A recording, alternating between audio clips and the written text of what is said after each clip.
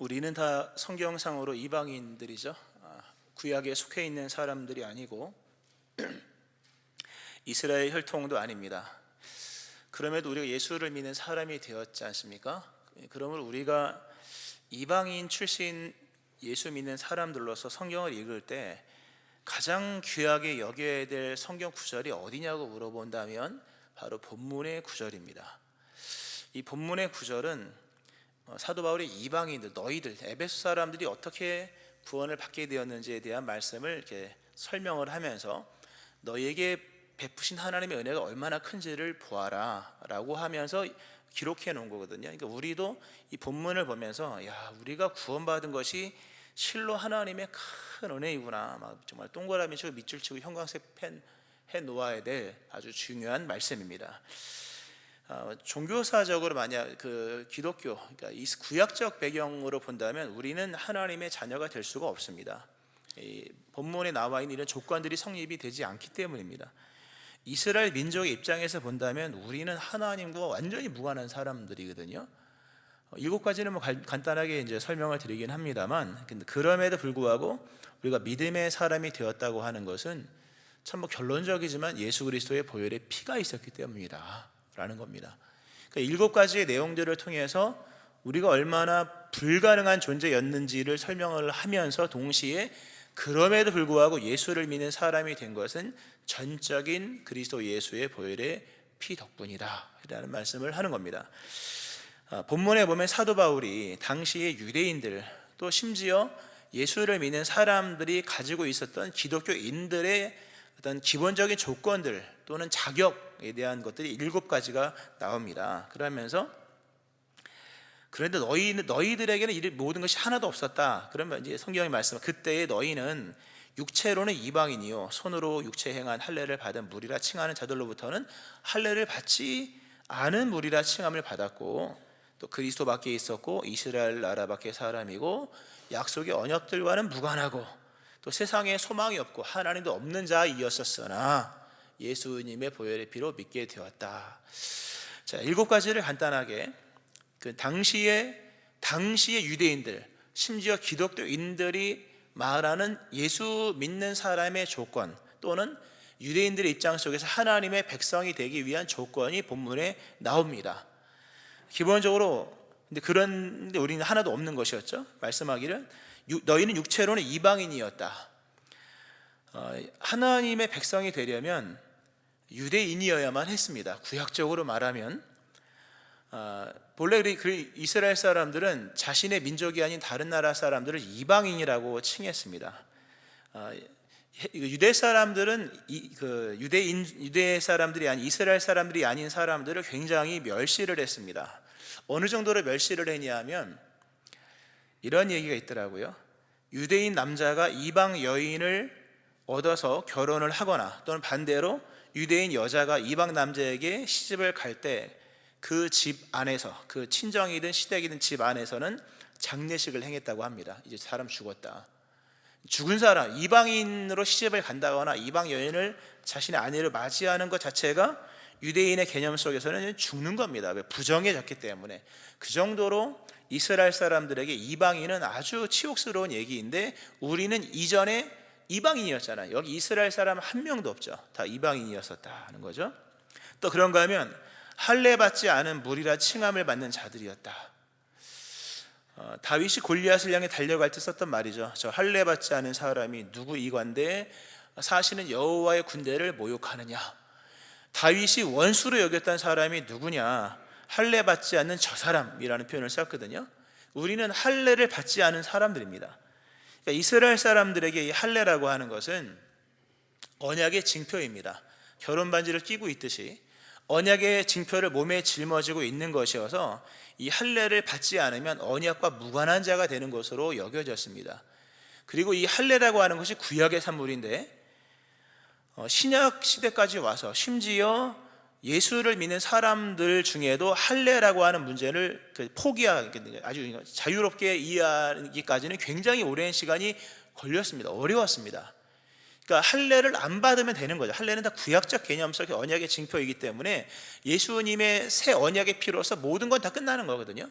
그럼에도 예수를 믿는 사람들 중에도 그래도 할례는 받아야 된다. 이 정도로 할례라는 문제는 중요하게 여겼죠. 그래서 이걸 아주 열심히 설명하고 반대하고 끝내 이게 자리를 잡게 만들었던 사람 중에 한 사람이 사도 바울이었죠. 아주 혼자서 할례 문제를 대항했던, 사실 베드로와 바나바조차도 할례 문제에 대해서는 한 발 뺐거든요. 갈라디아서 보면 할례에 대해서 그 유대인들 앞에서 베드로와 바나바도 한 발 빼고 약간의 좀 먼 거리를 두었음에도 불구하고 사도 바울은 막 혼자서 단신으로 그걸 싸우죠. 그 정도로 할례를 받았냐 안 받았냐라고 하는 부분은 유대인들의 입장 속에서는 굉장히 중요한 것이었습니다. 할례 받지 않으면 구원이 없는 것이었습니다. 또 우리는 할례 받지 않은 사람들이었죠. 또 소속으로 그리스도 밖에 있었다. 복음이 이미 펼쳐진 시대였음에도 불구하고 예수를 안 믿는 사람들이었으니 요한복음 상으로 말하면 벌써 심판을 받은 자들일 수 있었던 거예요. 알고 보면. 또 네 번째, 이스라엘 나라 밖의 사람이었다. 지금은 신앙을 개인적으로 이해하지만 이스라엘 사람들의 개념 속에서 신앙은 사회적 개념입니다. 신앙을 사회적 개념으로 이해를 해서 이스라엘 민족에 들어오지 않은 사람은 아무리 성경을 많이 알고 아무리 단을 쌓고 예배를 드려도 믿음이 아닙니다. 신앙의 사회적 개념입니다. 본받을 만한 내용 중에 하나이기도 하죠. 지금은 다 개인주의 시대가 돼서 자기 혼자 믿음 생활을 하는 것처럼 얘기하지만 이스라엘 사람들은 신앙을 공동체적 개념으로 또 사회적 개념으로 민족적 개념 속에서 이해를 했다는 거죠. 근데 우리는 이스라엘 사람들이 아니었기 때문에 우리가 성경을 얼마나 알고 말고를 떠나서 기본적으로 이스라엘 사람들이 봤을 때 우리는 하나님의 자녀가 될 자격이 없는 것입니다. 또 약속의 언약에 대해서는 외인이었다. 하나님의 모든 성실하심은 다 언약입니다. 하나님은 기분파가 아닙니다. 사실에 근거한 은혜를 베푸시는데 그 사실에 근거한 은혜의 그 사실이 뭐냐 할 때 언약이 있느냐. 하나님과 언약이 체결된 사람에 대해서 하나님은 신실하게 행하십니다. 그런데 우리는 언약이 없는 사람들이잖아요. 언약에 대해서는 외인이다. 즉 권리에서 배제된 사람이었다. 겉모양은 똑같지만 언약이 체결되지 않았기 때문에 이스라엘 백성이 누릴 수 있는 특권을 전혀 누릴 수 없는 권리에서 배제된 사람들이 우리였었다는 거죠. 또 세상에서는 소망이 없었다. 희망의 대상이 너에게는 없었지 않았느냐. 희망 품는 건 자유지만 그 대상이 진짜 너희에게 희망으로 작용하느냐라는 부분은 별개인데, 이스라엘 사람들에게는 기다리는 메시아가 있었잖아요. 근데 너희들에게는 기다리는 메시아도 없었고 소망도 없었지 않았느냐, 희망의 대상이 없었지 않았느냐. 맞는 얘기였죠. 또 하나님도 없던 자였다. 하나님은 늘 계셨지만 시편 말씀에 어리석은 자는 그 마음에 이르기를 하나님이 없다 하는도다 라는 말씀처럼 하나님의 살아계심을 인정하지 않는 그런 삶을 살았던 자들이 바로 우리들이었다는 겁니다. 참 많이도 써놨죠. 이 짧은 구절에 우리가 하나님의 자녀가 될 수 없는 조건들이 7가지나 나옵니다.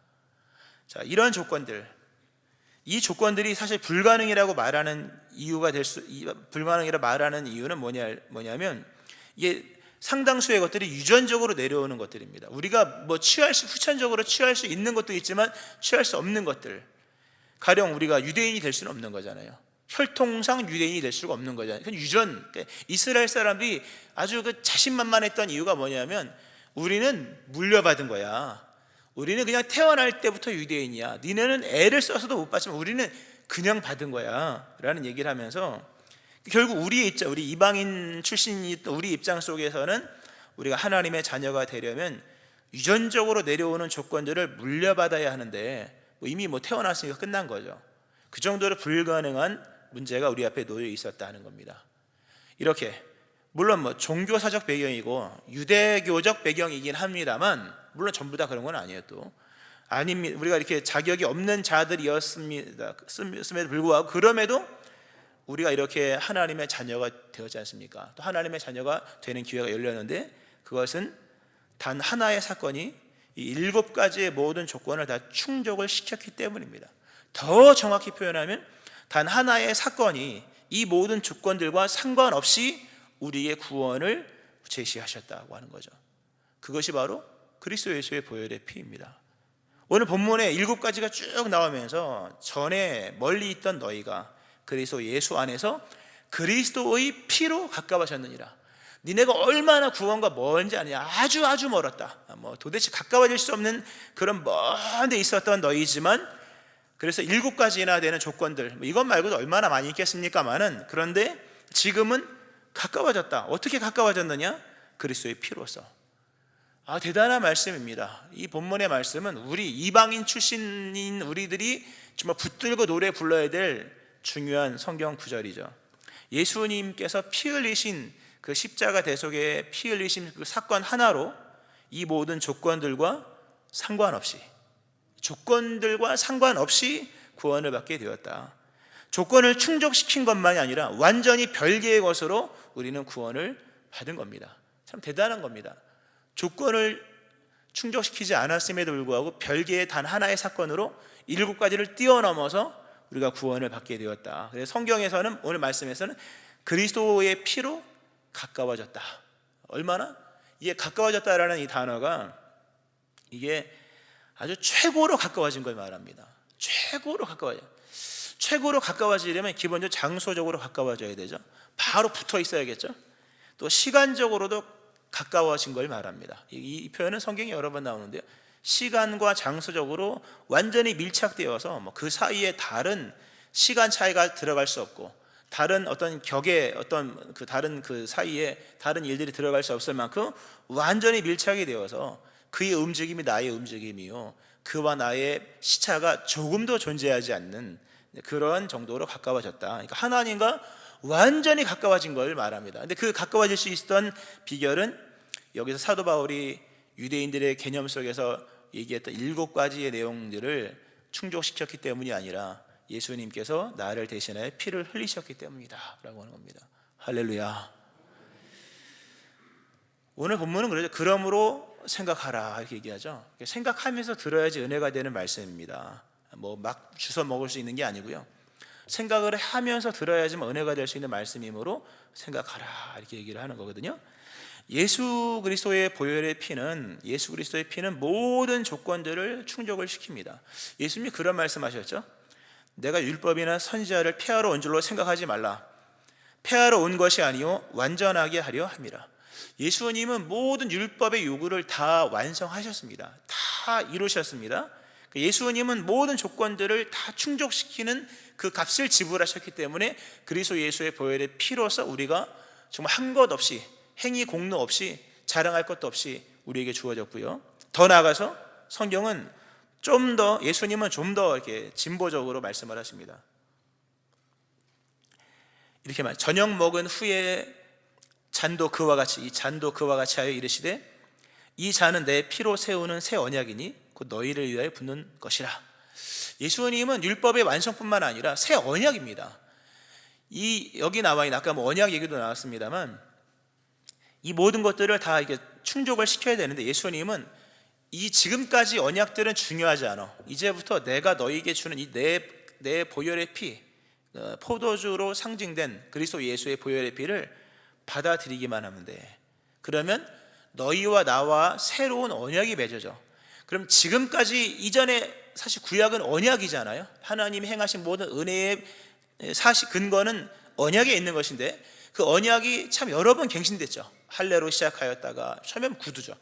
할례로 이어지고 돌판으로 이어지고 여러 가지 언약 갱신이 있었는데, 그것과 무관하게 최종적으로 이 나랑만 그 언약을 맺으면 돼 하면서 보혈의 피를 제시하셔죠. 내 피로 세우는 새 언약. 예수님을 믿기만 하면 이전의 모든 것들과 별개입니다. 물론 당연히 충족이지만 얼마나 충족이 되는지 별개입니다.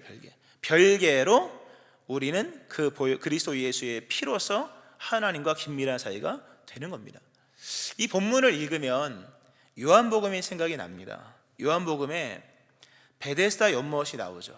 그 베데스다 연못의 이야기는 여러분 잘 아실 수 있으니까요. 거기 보면 베데스다 연못에 전설이 있었죠. 천사가 가끔 내려와 물을 움직이게 하는데, 움직인 후에 먼저 들어가는 자는 어떤 병에 걸렸든지 낫게 되미로라.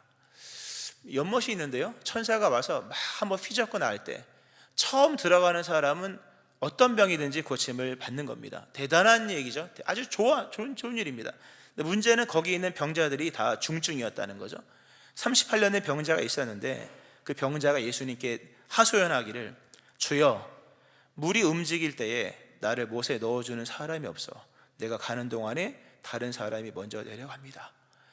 물이 동한 건 봤는데요, 내가 들어가려고 하니까 내가 몸이 아파서 움직이지 못하는데 내려가려고 발버둥 치는 사이 다른 사람이 들어갔고, 저 조건에 맞추려면 나 혼자는 안 되고 누군가 도와줘야 되는데 누군가 내 옆에서 물이 움직일 때까지 기다려 줄 사람도 없고 물어봐 주는 사람도 관심 가져주는 사람도 없습니다.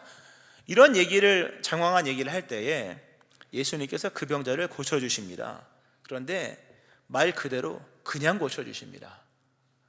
대단한 말씀입니다. 그 말씀도 이 본문과 똑같은 말씀, 맥락이 같습니다. 예수님께서 그 사람을 베데스다 연못에 집어넣어주지도 않았고 집어넣어주는 한 사람이 된 것도 아니고 베데스다와 완전히 별개로 예수님께서 그 사람을 그냥 고쳐주십니다. 일어나 너의 자리를 들고 걸어가라. 거기 조건에 맞출 필요가 없는, 예수님이 오신 이상 더 이상 다른 조건은 필요하지 않다. 예수님은 완전히 별개로서 그 조건과는 상관없이 그냥 고쳐주십니다. 구원이 그런 거예요. 우리가 구약에 있는 모든 것들을 다 지키는 겁니까, 여러분? 아닙니다. 예수를 믿어서 그냥 구원받은 겁니다. 좀 말 그대로 그냥 구원받은 겁니다. 그리스도의 피로서 가까워졌느니라. 앞에 7가지가 무색한 겁니다. 왜? 예수님이 그냥 구원하셨기 때문입니다. 성경은 예수님을 유일한 구원자라고 얘기해요. 유일한 구원자 예수 그리스도. 그러니까 유일한 조건이라는 말이죠. 당연히 이 말은 예수님 홀로 모든 것을 이루신다는 얘기입니다. 예수님 한 분이면 구원받는데 충분하다는 겁니다. 예수님은 구원의 조력자도 아니요, 예수님은 구원자인데 미흡하여서 또 다시 이런 게 아니라는 거죠. 예수님은 유일한 구원자로서 홀로 모든 구원을 이루시는 분이므로 어떤 것과도 무관하게, 또 어떤 것에 굳이 껴 맞춰야 될 종속됨 없이 예수님은 우리를 그냥 구원하시는 겁니다. 자신의 피로서. 그러니까 에베소서를 보면 이런 말씀이 있습니다. 만물 안에서 만물을 충만하게 하시는 이라고, 만물 안에서 만물을 충만하게 하시는 분으로서 예수를 설명합니다. 우리 안에서 우리의 구원을 완전히 충만하게 이루시는 분은 예수님밖에 없습니다. 다른 것들은 없는 거예요. 이거 중요한 얘기입니다. 여러분의 구원받음, 여러분의 믿음의 믿음됨이 어디 있다고 생각을 하십니까? 이 질문은 제가 조금 있다가 좀 심층적으로 질문을 할 텐데요, 설명을 또 드릴 텐데요, 오늘 이 말씀을 이해를 못하면요 믿음 생활 힘듭니다. 이거는 우리가 생각하고 이해하고 믿음으로 받아들이고 해야 될 아주 중요한 내용들입니다. 하나님은 인간을 구원하실 때 예수님으로만 구원하셨습니다. 다른 조건은 그리스도 예수가 필요하다는 부분을 제시한 조건들일 뿐입니다. 그 조건이 우리의 구원을 위한 조건들이 아니라는 거죠. 하나님은 예수님을 통해서 우리를 구원하기로 결정하셨고 행하셨고, 그러므로 그 이전의 모든 조건들은 예수님이 오신 이상 더 이상 필요하지 않다는 겁니다. 물론 우리가 그렇다고 율법을 폐기한다든가 안 되죠. 지난번에 말씀드린 믿음은 윤리를 반드시 낳는다. 예수를 믿는 사람이 윤리가 없으면 그건 믿음도 아닙니다. 그러므로 윤리가 동반되는 것은 맞지만 윤리는 구원의 조건이 아니라 구원의 결과요, 윤리가 믿음의 조건이 아니라 믿음의 결과일 뿐입니다. 믿음이 낳은 산물이 윤리일 뿐입니다. 그러므로 예수님 믿는 것이 전부라는 거죠. 이 부분을 만약에 좀 더 쉽게 강화를 시킨다면 유월절 어린 양의 사건이 제일 확실하죠. 예수님이 유월절 어린 양으로 돌아가셨죠. 유월절은 출애굽기 12장에 나오죠. 애굽의 바로를 재앙을 내리시고 심판하실 때 행하셨던 마지막 재앙이 뭐냐면, 한 밤에, 어느 그날 밤에 애굽에 있는 모든 장자들, 왕의 아들이든 또 맷돌을 가는 여인의 맏아들이든 모든 장자가 다 죽는 날이었죠. 하나님은 그런 무지막지한 심판을 내리실 때는 반드시 피할 길을 주십니다. 소위 구원이죠. 그게 방법이 뭐냐 할 때 어린 양을 잡아서 그 피를 문에 바르는 겁니다. 문틀, 문인방에 바르고 하여튼 문에 막 바르면 됩니다. 그리고 때가 되어서 이제 하나님이 심판하시는 그날 밤이 됐을 때 하나님은 그날 밤에 아무것도 안 받습니다. 오직 한 가지, 양의 피 하나만 보십니다. 저 집 안에 뭐 박 씨가 살든 김 씨가 살든 최 씨가 살든 그 사람이 지금까지 어떤 삶을 살았는지는 중요하지 않아요.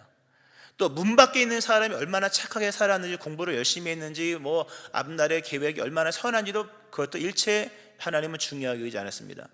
하나님의 조건이 제시된 이상 하나님은 그 하나의 조건만 보십니다. 하나님이 난 이것만 볼 거야 라고 말씀하시면 하나님은 그 말씀하신 자신의 조건에 충만한 분이고 충실한 분입니다. 다른 것은 일체 안 봅니다. 그날 밤에 하나님께서 장자를 칠까 말까에 대한 기준으로 보셨던 것은 오직 양의 피 하나만 보셨다. 하나님은 그날 밤 양의 피 하나만 보셨다. 너무나 중요한 얘기죠. 하나님은 그날 밤 아무것도 안 보십니다. 양의 피가 문에 발려져 있는지 아닌지만을 보시고 그 집을 심판할지 말지를 결정하셨다는 겁니다. 믿음이 뭡니까, 여러분? 하나님은 예수님만으로 우리를 평가하십니다. 아멘 하시기 바랍니다. 예수님만으로 평가하신다는 거예요. 하나님은 마지막 심판날에 예수님만을 보기로 결정하신 겁니다. 다른 조건은 하나도 안 봅니다. 우리에게 예수 그리스도의 보혈의 피가 있는지 없는지 하나만 보십니다. 그 이외의 것들은 아무런 효력을 발휘할 수가 없습니다. 양의 피 하나가 유월절 조건의 전부였듯이 우리 하나님의 구원 역시 그리스도의 피 하나가 전부입니다. 혈통상 유대인도 아니요, 이스라엘 사람들도 아니요, 언약의 외인이요, 할례 받은 것도 없지만 그리스도 예수의 보혈의 피가 우리에게 있다면 그 하나를 보시는 하나님 앞에서 우리는 모든 조건이 충분한 자로서 인정을 받게 되는 겁니다. 할렐루야. 아까 그런 말씀 드렸죠. 우리의 믿음이 어디 있느냐라고 하는 질문 드렸는데요, 이 본문의 말씀을 가지고 좀 심도 있게 한번 이제 말씀을 전개하고 마치는데요, 사무엘상을 보면 엘리라는 제사장이 나옵니다. 엘리 시대가 나오는데요, 그 등장인물이 4명이 나옵니다. 그 집안에 하여튼 일단 대제사장 엘리가 나오고 그 두 아들 홈리와 비느하스가 나옵니다. 그리고 어린 사무엘이 나오죠. 그리고 또 한 명은 좀 이따 얘기할 때 또 한 명이 나옵니다. 엘리 집안에 총 4명이 나오거든요. 자, 엘리 집안은 스스로 하나님의 권위를 폐위시킨 듯 버젓이 악인으로 살아가는 집안이었죠. 홈리와 비느하스가 성전에서 하나님을 섬기는 제사장들인데도 소고기 좋은 부위 다 자기들이 빼먹고 남아있는 찌끄레기 같은 것들로 하나님께 제사를 드린다거나, 또 성전에서 수종드는 여러 방탕한 생활을 했던, 그것이 들켰던, 그럼에도 그것을 버젓이 행하고 또 그것을 묵인했던 엘리 집안, 하나님이 심판을 하시죠. 그리고 그러한 것이 가능했던 것은 이스라엘 나라 전체가 하나님을 소홀히 여겼기 때문입니다. 만홀히 여겼다는 거죠. 사무엘상에 들어가 있는 이야기지만 사무엘이 태어났기 때문에 사무엘상에다 편집을 했을 뿐이지 사무엘만 없었으면 사사기에 껴 넣어야 됩니다. 이래서 망했다 이렇게 되는 거거든요. 사사기 끝자락에서 일어났던 하나님을 떠난 백성과 그 백성들 사이에서 헌신이라고 했던 제사장 엘리 집안의 이야기, 결국 하나님이 그 집안을 심판하시죠. 그리고 그 민족을 심판하십니다. 그래서 아벡전투, 블레셋과의 아벡전투라는 하여튼 전투에서 패전을 하고 법궤를 빼앗깁니다. 하나님의 법궤, 또 다른 말로 언약궤를 빼앗기죠. 그리고 그날에 홈리와 비느하스가 법궤를 지키다가 다 죽습니다. 패전했다는 소식, 홈리와 비느하스가 죽었다는 소식, 그리고 법궤를 빼앗겼다는 소식이 비보로 들려옵니다. 엘리가 그 얘기를 듣고 죽죠. 넘어져 죽습니다.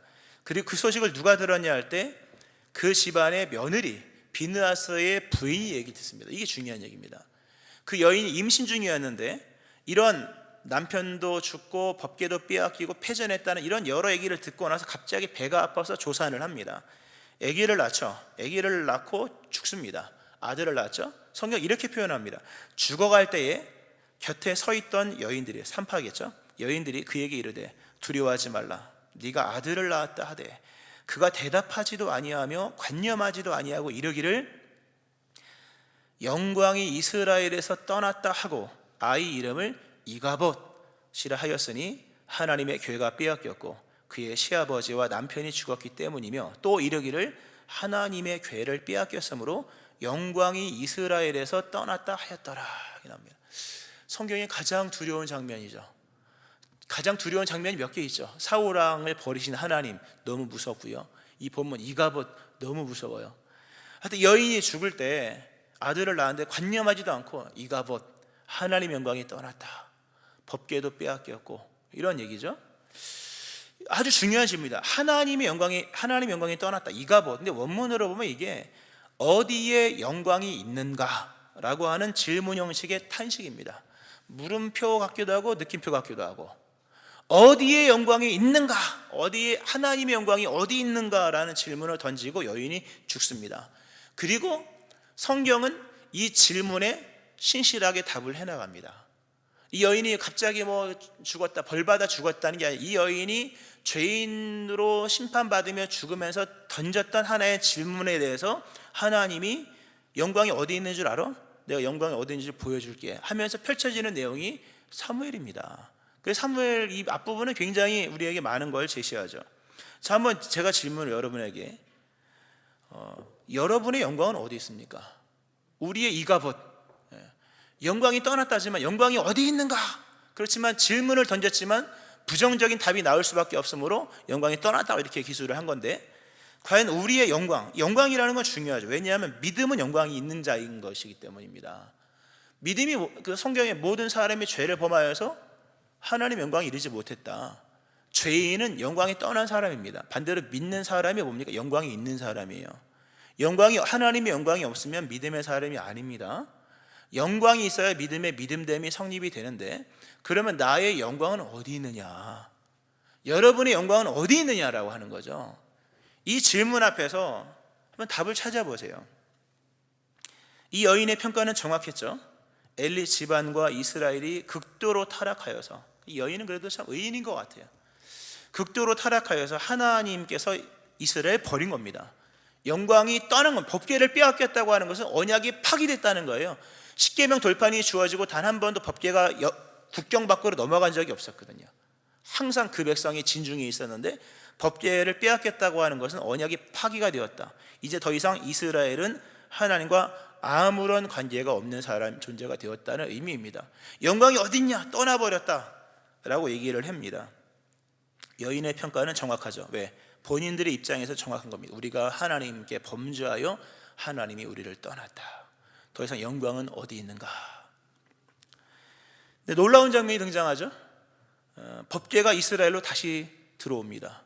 하나님이 스스로 법궤를 들고 오시는 장면이 오죠. 블레셋 진영에 들어갔던 법궤가 여러 가지 과정을 통해서 더 이상 법궤를 못 가지고 있으니 가져가라 해가지고 이스라엘 진영으로 법궤가 오게 됩니다. 성경에서 가장 은혜로운 장면 중에 하나입니다.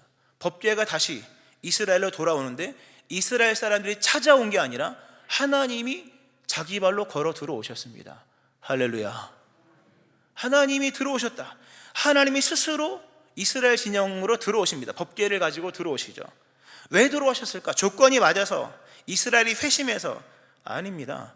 이유는 한 가지, 하나님이 이스라엘을 그럼에도 불구하고 사랑하셨기 때문입니다. 이 사실을 잘 들으셔야 됩니다. 하나님이 이스라엘을 그래도 사랑하셨기 때문입니다. 당대 이 엘리 시대 이스라엘 사람들은 너무 타락해서 자격이 없음에도 하나님은 아브라함과 맺은 언약을 기억하신 겁니다. 그 언약을 기억하시고 이스라엘 백성들을 사랑하셔서 친히 하나님이 법궤를 가지고 다시 이스라엘로 들어오세요. 하나님이 참 이해할 수 없는 하나님이죠. 영광이 어디 있냐 할 때, 이 비느하스의 이 부인이었던 이 여인은 우리가 범죄하고 하나님을 떠나 하나님 앞에 타락하여서 하나님의 영광이 떠났다. 즉 하나님의 영광은 자신들의 바른 행실과 또는 여러 가지 순종과 또는 거룩과 경건의 삶을 사는 것에 있었다고 생각을 하는데, 정작 하나님의 영광은 거기에 있는 것이 아니라 하나님의 관심과 하나님의 사랑에 있었다는 겁니다. 그래서 하나님이 그들을 사랑하셨기 때문에 들어온 거예요. 그러니까 범죄한 이스라엘과 하나님과의 언약의 연결은 이스라엘 백성의 행실에 있는 것이 애초부터 아니었다는 겁니다. 애초부터 아니었다. 하나님께서 그들을 사랑하시는 사랑에 하나님과 이스라엘과의 영광이, 그 언약이 있는 것입니다. 영광이 어디? 여러분의 삶 속에 하나님의 영광이 있어야 되거든요. 여러분의 영광은 어디 있습니까? 여러분의 믿음은 도대체 어디에 근거하고 있는 것이냐라고 하는 거예요. 이 조건들이 앞에 나온 이 조건들이라고 생각하십니까? 행위와 공로와 여러분의 어떤 살아온 신앙 연륜과 그런 것이 있다고 생각하십니까? 우리에게 있는 영광, 우리의 믿음의 믿음됨은 오직 한 가지, 하나님이 나를 사랑하신다는 것, 그 하나입니다. 하나. 그리스도 예수께서 나를 위해 죽었다는 그 사실 이외에 다른 영광은 존재하지 않습니다. 인정하시기를 바랍니다. 오늘 이 시대를 우리가 이제 좀 보면서 말씀을 좀 계속 좀 합니다. 엘리 시대의 법궤를 빼앗겨서요, 법궤를 어떻게 할 수 없는 상황이 주어졌던 시대가 있었지 않습니까? 말씀드린 것처럼 오늘 이 시대 우리가 정말 깨어 있어야 될 것 중에 하나가요, 생각을 잘해야 될 것 중에 하나가, 요즘에 저는 못 봤습니다만 뭐 넷플릭스에서 뭐 나는 신이다 뭐 이거 뭐 있다면서요? 요새 뭐 이단들 뭐 아주 많이 나오대요 보니까. 오래도 살아요 보면 이단들은. 하여튼 이단들이 그렇게 장수하면서 살면서 결국 이단들로 인하여서 기독교가 욕을 엄청 먹습니다. 그렇죠? 그러니까 기독교에 대한 평가가 우리가 하는 게 아니라 다른 사람들이 하고 있다는 부분에서 우리는 어쩌면 법궤를 빼앗긴 듯한 시대를 살고 있을 수 있는 겁니다. 우리가 기독교 스스로 우리가 교회를 평가하고 우리가 우리의 기독교에 대한 평가는 더 이상 큰 의미를 발휘하지 못합니다. 기독교에 대한 평가를 외부 사람들이 하죠. 안 믿는 사람들이 하고 안 믿는 시대에 편승한 사람들이 합니다. 법궤를 빼앗긴 듯한 시대이죠. 또 그들이 하는 얘기를 우리가 뭐 그렇게 부인할 수 있는 것도 아닙니다. 뭐 어거지다 물론 이단들은 기독교가 아니죠. 이단들은 다 돈입니다. 돈이고 정욕입니다. 이것 빼면 아무것도 없어요. 형식은 뭐 비스무리한 게 있지만 그들은 아무것도 없습니다. 오로지 돈, 그리고 오로지 방탕한 정욕입니다. 어쨌든 기독교 이름으로 그들이 행하기 때문에 기독교가 욕을 많이 먹는 것은 사실입니다. 그러나 여기서 우리가 분명히 알아야 될 것은 그럼에도 기독교의 영광이 있다는 겁니다. 기독교의 영광이 어디 있느냐? 지금 뭐 내세울 게 없죠. 인간의 입장 속에서 봤을 때 내세울 만한 것들이 없습니다. 기독교에 대한 공격은 언제나 맹공이었죠. 20세기 초에는 무신론자들이 등장해서 무신론이 휩쓸고 왔죠. 20세기 초반에 아주 그냥 힘들었었죠. 지금은 뭐 무신론이 아니라 그런 얘기했더라고요. 신들이 폐위당한 시대다. 지금은 신들이 있고 없고는 중요한 게 다 그냥 폐위, 있으면 어떠고 없으면 어떠냐, 이런 시대 속에서 기독교가 지금 이렇게 뭐 처해 있는 거죠. 과연 그렇다면 우리 성도들의 또는 기독교의 기독교됨, 성도의 성도됨, 교회의 교회됨의 그 영광은 어디 있느냐? 이거하고 똑같은 질문입니다. 영광이 어디 있느냐라고 할 때 그것은 오직 한 가지, 그리스도 예수의 피에 있는 겁니다. 우리는 이런 생각을 합니다. 우리가 이럴수록 더 기독교인들이 더 물론 근신해야 됩니다. 더 행실을 착하게 하고 깨끗하고 바르게 청렴하게 살아야 된다고 생각을 합니다. 그러나 물론 맞습니다만 하나님의 영광, 교회의 교회됨은 애초에 인간의 행위에 있지 않다는 걸 아셔야 됩니다. 이스라엘의 영광이 머물렀던 것은 그들의 행실 때문이 아니라 하나님의 사랑 때문이었습니다. 행실로는 빼앗긴 법궤가 하나님의 사랑으로 다시 온 거잖아요. 이 시대 기독교 영광이 어디 있냐 할 때 성도가 그럼 바르게 깨끗하게 살면, 중세시대처럼 모두가 예수 믿고 살면 거기 영광이 있다고 생각을 하십니까? 그런 게 아니라는 거죠. 애초에 교회의 교회됨, 기독교의 기독교됨, 성도의 성도됨의 영광은 오직 예수의 피밖에 없는 겁니다. 이런 생각을 많이 합니다. 이렇게 하도 이제 교회가 이제 뭐 인기가 별로 없잖아요. 인기가 없고 또 성도들의 행실도 뭐 큰 변화도 없고 그런 생각을 합니다. 시간이 더 지나면, 앞으로 시간이 더 지나면 기독교는 더 온전한 성도를 배출해낼 수 있을까? 제가 목회를 여기서 좀 오래 했잖아요. 오래 했죠. 뭐 짧은 기간 아닌데요. 짧지 않은 시간 동안 목회를 하면서 늘 가끔씩 늘은 아닌데 가끔씩 목회를 여기서 더 오래 하면 성도님들의 신앙이 더 좋아지고 성도님들이 더 좋은 제자가 되고 더 좋은 행실 있는 사람이 될까? 결론이 나왔어요. 아니다. 목회를 2배로 많이, 여기서 2배의 기간 동안 오래 하면 성도님들은 더 좋은 믿음의 사람으로 배출될까? 아니라는 겁니다, 여러분. 지금 2023년입니다. 얼마나 많은 시간이 지났습니까? 우리가 과연 얼마만큼 좋은 제자를 배출해낼 수 있을까라는 부분에서 성경은 분명히 말씀하기를 좋은 제자라는 것은 한 가지입니다. 겸손한 겁니다. 겸손한 겁니다.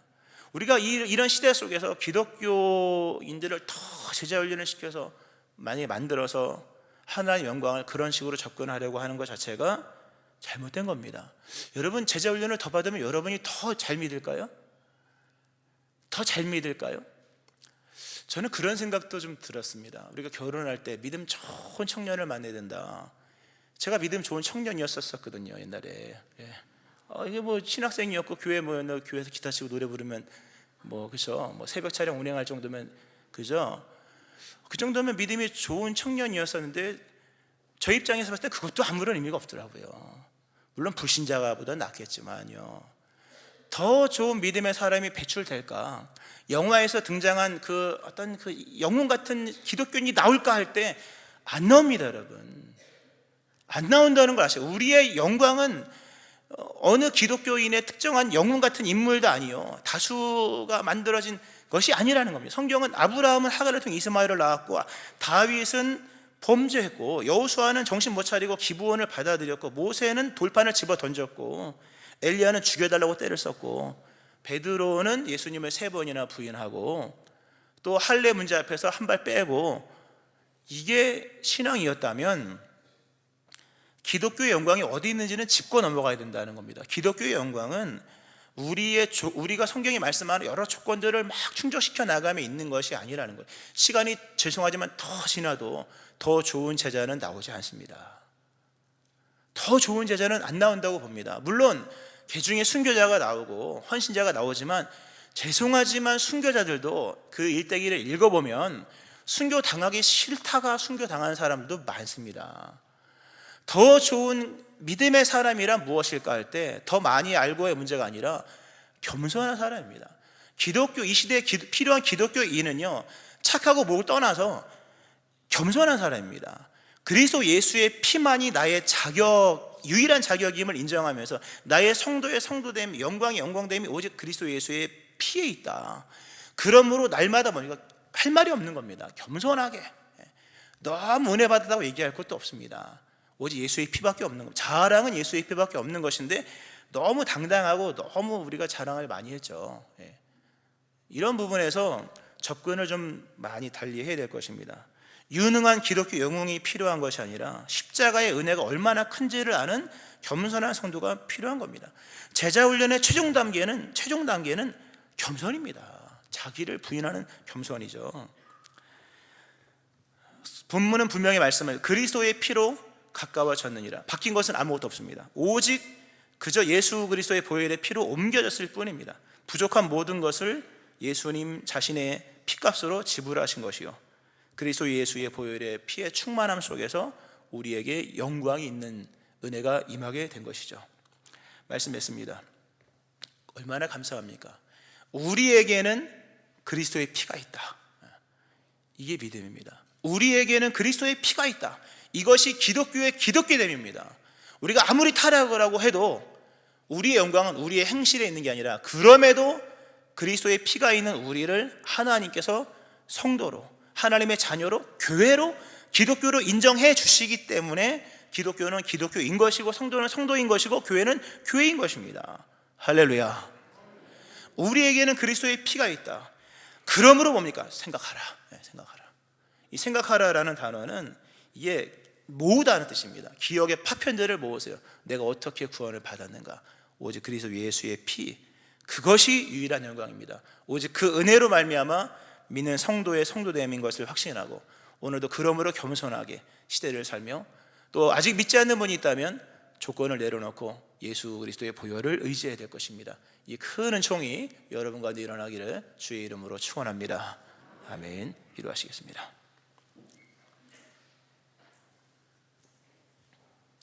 하나님 아버지, 우리에게 영광이 어디 있습니까?